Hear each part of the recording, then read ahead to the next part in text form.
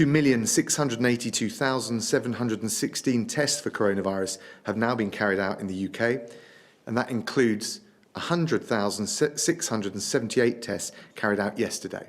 246,406 people have tested positive, and that's an increase of 2,684 cases since yesterday. 9,408 people are currently in hospital with coronavirus, which is down 13% from this time last week. And I'm very sad to report that of those who have tested positive for COVID-19 across all settings, 34,796 have now died. And that's an increase of 160 deaths on yesterday. And it goes without saying, we offer our condolences to the friends and family of every individual who's passed away during this coronavirus pandemic. This is a challenging time, and as we chart the right course over the weeks and months ahead, our overriding priority remains to save lives, whilst also at the same time preserving livelihoods and allowing people to return over time, and as and when it's safe, to something resembling a more normal way of living. So on the 11th of May, we set out a roadmap to provide the information, the advice and the reassurance to businesses, to public services, to other organisations and to employees and citizens up and down the country. And I want to thank everyone who is making the adjustments and engaging with us in government to forge the path ahead in a sure-footed and sustainable way. Now, of course, we recognise that people have concerns, they'll have questions, and we want to work together with them and with everyone involved to provide the necessary confidence and reassurance in the next steps that we're poised to make. That approach is summarised in the slides, which, if we could now have them up on the screen, please. And you'll see from slide 1, and as people will be aware, we've established a new COVID alert system with 5 levels, each relating to the current level of threat posed by the virus. The alert level is focused on the rate of infection, known as the R value, as well as the total number of coronavirus cases overall. And that alert level helps us to determine the social distancing measures that we need to fight the virus. So the lower the level, the fewer or the less restrictive the measures that we will need at any given time. And since the lockdown began at the end of March, we've been at level 4, as indicated on the slide. And thanks to the hard work and the huge sacrifices across the UK and the progress that we've made as a result of that, particularly in relation to compliance with the social distancing measures, we're in the process of moving from level 4 to level 3 on the slide. And we will do that through a number of very careful and deliberate steps. Slide 2, please. So you'll see that last week the Prime Minister set out the first of 3 steps designed to carefully modify the measures that had been put in place. And by gradually easing certain measures, we can begin to allow people to return to something resembling a more normal way of life. The choices we make, what we are asking the public to do and what we're asking them not to do, are designed to avoid the very real risk of a second peak that would overwhelm the NHS and, of course, risk turning a temporary economic painful moment for the country into permanent damage to the UK economy. At every step, we'll closely monitor the impact of easing restrictions and in particular the impact on the spread of the virus. And it's only by collecting and monitoring the data that we will be able to take the next step, which is indicated as step 2 on the slides, and that will be no earlier than June the 1st. Now, I understand it's natural for people to question why they can't do one or other thing now, why certain distinctions have been made. But in reality, you have to look at the package of measures as a whole, mindful of the risks to the R level and taking into account the various different economic and social effects combined. So we've adopted a balanced approach guided at all times by the science and, as I said, the overriding need to avoid a second peak that could overwhelm the NHS. Of course, it's true to say that making any changes inherently comes with some risk of spreading the virus compared to simply staying at home. But it's also true that staying in permanent lockdown is itself not sustainable on health grounds or economic grounds. That's why we've only eased measures where it can be done with the lowest risk possible. And that's also why we're watching the impact of every change that we make very closely. Now, I know the last couple of months have been really tough for families, for businesses, for everyone, up and down the UK.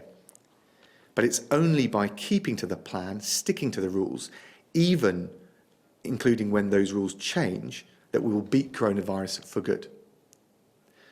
Slide 3, please. And that's why we've asked people to stay alert, to control the virus, to save lives, as we make changes to the measures in place in England and adjust the government's advice accordingly. Now, for the vast majority of people, that still means staying at home as much as possible. For those that can't work from home, they should return to work with the arrangements in place to ensure that it can be safely and responsibly done. We've also adjusted, as you can see from the slides, the advice to allow people to exercise more, to visit public outdoor spaces, but staying 2 metres apart from those outside their own household. And as ever, people need to keep washing their hands regularly and carrying out the hygiene measures that we've advertised before. Our advice is to wear a face covering when you're outside the home in enclosed spaces and where it's difficult to socially distance, for example, if going to the shops or travelling on public transport. And if you or anyone in your household develops symptoms, then you still all need to self-isolate. Now, while we're asking the public to do these things, we in government will keep ramping up the effort that we need to see to get the UK back to a more normal way of living. And with that in mind, today the Health Secretary announced that anyone in the UK with COVID-19 symptoms can now get a test by booking online. And I can also report that we've recruited now over 21,000 contact tracers and call handlers in England for the implementation of our Test and Trace programme. That programme is absolutely key in the next steps that we need to take as a country to come through this pandemic safely and responsibly. Jonathan, if you'd like to run us through the latest data. Thank you, Secretary of State. Good afternoon, everybody. I've just got a few data slides to show you in the normal fashion, beginning with this one, which shows you Apple Maps searches for directions. So it is confined to Apple users, and it shows the beginning of the period of lockdown on the left on the 23rd of March, and what has happened to searches for walking instructions, driving instructions and public transport from that point until the very recent past. And you can see that there has been a gradual, but only gradual, upward trend in searches related to walking and driving. But for public transport, this trend is essentially flat.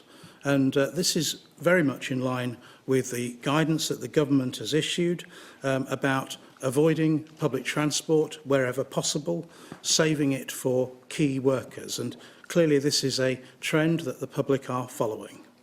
I've shown you the two data points on the right of the slide before now, that compared with last year, 44% of adults are working at home in the period 24th of April to the 3rd of May, compared with 12% at the same time last year, and that 80% of adults report they have either left the home for permitted reasons or not at all in that period. Next slide, please. Moving on now to testing. These data are correct as at 0900 hours this morning, and they relate to tests processed and sent out. And the broad message is that we are continuing to test at the rate of around 100,000 tests per day, and that in total almost 2.7 million tests have been used since the crisis began. And in terms of confirmed cases, the data as of this morning were overnight for 2,684 new cases, out of a grand total of diagnosed cases of just under 250,000. But what you can see, if you look to the bottom right-hand corner of the slide, the green bars, you can now see a definite and sustained decline in new confirmed cases, which continues to be encouraging. Next slide, please. So these are data I showed to you last week, updated, of course, data from hospitals. The top curve relates to estimated admissions with COVID-19 in England. 678 is the latest figure, down from 701 on the 9th of May. So again, steady declines, and you can see that in the top blue curve. Turning at the bottom of the slide to the percentage of critical care beds currently occupied by COVID-19 patients, this trend is also consistently down across the 4 nations, and currently the figure runs at 19%. Next slide, please. And then this slide also relates to hospitals. It relates to all of the UK, and it relates to the total number of people in hospital with COVID-19 over time, updated as of the 17th of May. And what you can see here is that everywhere, the numbers of patients in hospital with COVID-19 is now in sustained decline. Again, very good news. And the final slide, please. This is the daily deaths data. These are deaths confirmed with a positive test in the UK. As of the 18th of May, we are reporting 160 deaths and a total of 34,796 with a positive test. What you can see, and again it remains the most important thing to look for, is the overall long-term trend as illustrated by the orange line, which is showing a consistent and solid decline as the days and weeks roll by.